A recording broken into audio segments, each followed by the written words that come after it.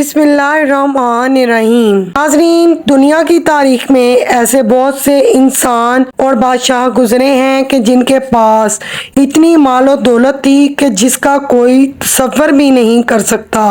لیکن آج کی اس ویڈیو میں ہم آپ کو ایک ایسے شخص کے بارے میں بتائیں گے جو دنیا کا سب سے انوکھا اور امیر ترین انسان تھا، جس کی دولت کا آج تک کوئی مقابلہ نہیں کر سکا۔ ناظرین، قرآن پاک میں قارون نامی ایک شخص کا ذکر ملتا ہے جس کو اللہ تبارک و تعالیٰ نے بے شمار مال و دولت سے اور بے شمار خزانوں سے نوازا تھا۔ اس کے پاس کتنا خزانہ تھا، اس کا اندازہ اس بات سے ہی لگا لیں کہ آج کے دور میں اگر پوری دنیا کا مال و دولت اور تمام ممالک کے پیسوں کو اکٹھا کیا جائے اور اس کا موازنہ قارون کے خزانے کے ساتھ کیا جائے تو پوری دنیا کے مال و دولت اور خزانے قارون کے خزانے کا ایک معمولی سا حصہ بنتے ہیں۔ قارون کے پاس اس سے کہیں زیادہ مال و دولت اور کہیں زیادہ خزانے تھے۔ ناظرین، آج کی اس ویڈیو میں ہم آپ کو بتائیں گے کہ قارون کون تھا اور آخر اتنا خزانہ کہاں سے آیا، اور جب اللہ تبارک و تعالیٰ نے قارون کو اس قدر نعمتوں سے نوازا، اس کے باوجود اس نے ایسا کون سا گناہ کیا کہ اللہ تبارک و تعالیٰ نے قارون کو اس کے خزانے سمیت زمین کے اندر دھنسا دیا۔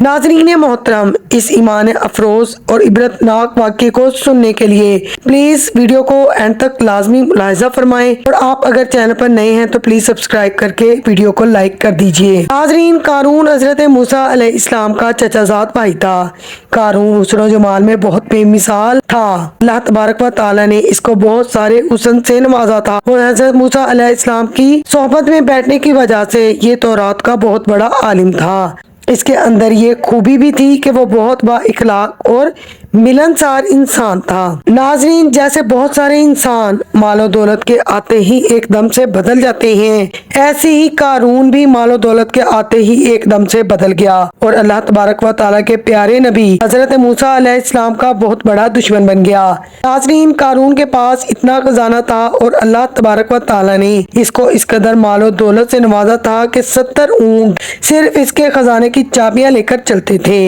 ذرا اس بات کا اندازہ لگائیں کہ جس کے خزانے کی چابیاں ہی 70 اونٹ لے کر چلا کریں، اس کا خزانہ بھی کتنا بڑا اور وسیع ہوگا۔ ناظرین، اب بات کرتے ہیں کہ آخر قارون کے پاس اتنا خزانہ کہاں سے آیا اور وہ اس قدر امیر کیسے ہوا۔ اس کے متعلق مختلف روایات ملتی ہیں۔ ایک روایت کے مطابق قارون حضرت موسیٰ علیہ السلام کی صحبت میں بیٹھا کرتا تھا اور وہاں سے اس نے علم کیمیائی حاصل کیا، جس کی مدد سے وہ لوہے اور مٹی کو سونا بنانے میں کامیاب ہو گیا، اور اس طرح یہ سونا بنا بنا کر دنیا کا امیر ترین شخص بن گیا۔ اور ایک دوسری روایت کے مطابق قارون لوگوں کو سود پر مال دیا کرتا تھا، جس کے بدلے میں یہ لوگوں سے 2 گنا وصول کیا کرتا تھا۔ اس طرح آہستہ آہستہ وقت گزرتا گیا اور یہ مصر کی تاریخ کا امیر ترین شخص بن گیا۔ ادھر جب اللہ تبارک و تعالیٰ نے حضرت موسیٰ علیہ السلام کی طرف زکوٰۃ کا حکم فرمایا تو حضرت موسیٰ علیہ السلام نے قارون کو زکوٰۃ دینے کے لیے کہا۔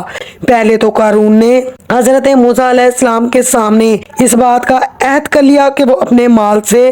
مال کا 1000واں حصہ دے گا، لیکن جب قارون نے زکوٰۃ کا حساب لگایا تو یہ کہ مال میں سے ایک بہت بڑی رقم بنتی تھی۔ یہ دیکھ کر قارون پر لالچ اور کنجوسی کا بھوت سوار ہو گیا اور اس نے اللہ تبارک و تعالیٰ کا حکم ماننے سے انکار کر دیا، اور نہ صرف اس نے خود زکوٰۃ دینے سے انکار کر دیا بلکہ بنی اسرائیل کے لوگوں کو بھی بہکانے لگا اور حضرت موسیٰ علیہ السلام کے خلاف لوگوں کو بھڑکانے لگا، اور بنی اسرائیل کے لوگوں نے سے کہنے لگا حضرت موسیٰ زکوٰۃ کے نام پر تم لوگوں سے مال ہتھیانا چاہتے ہیں اور اس پر قبضہ کرنا چاہتے ہیں۔ اس طرح اس بدبخت نے بنی اسرائیل کے لوگوں کو حضرت موسیٰ علیہ السلام کے خلاف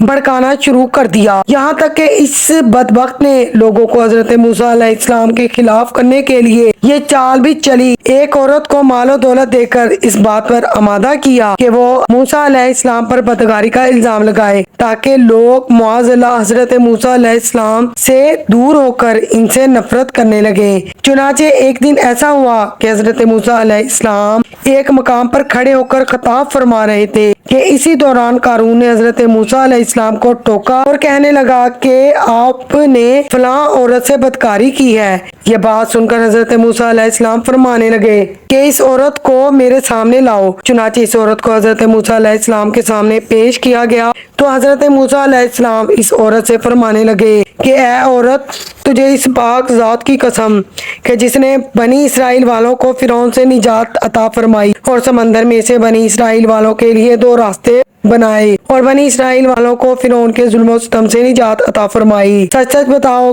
کہ ماجرا کیا ہے۔ حضرت موسیٰ علیہ السلام کی یہ بات سن کر وہ عورت حضرت موسیٰ علیہ السلام کے جلال کی وجہ سے کانپنے لگی اور اس عورت نے بڑے مجمع میں قارون کے سامنے اس بات کا اقرار کیا اور حضرت موسیٰ علیہ السلام کی بارگاہ میں عرض کرنے لگی کہ اے اللہ کے نبی، قارون نے مجھے بہت زیادہ مال و دولت دے کر اس بات پر آمادہ کیا ہے کہ میں آپ پر زنا کی تہمت لگاؤں۔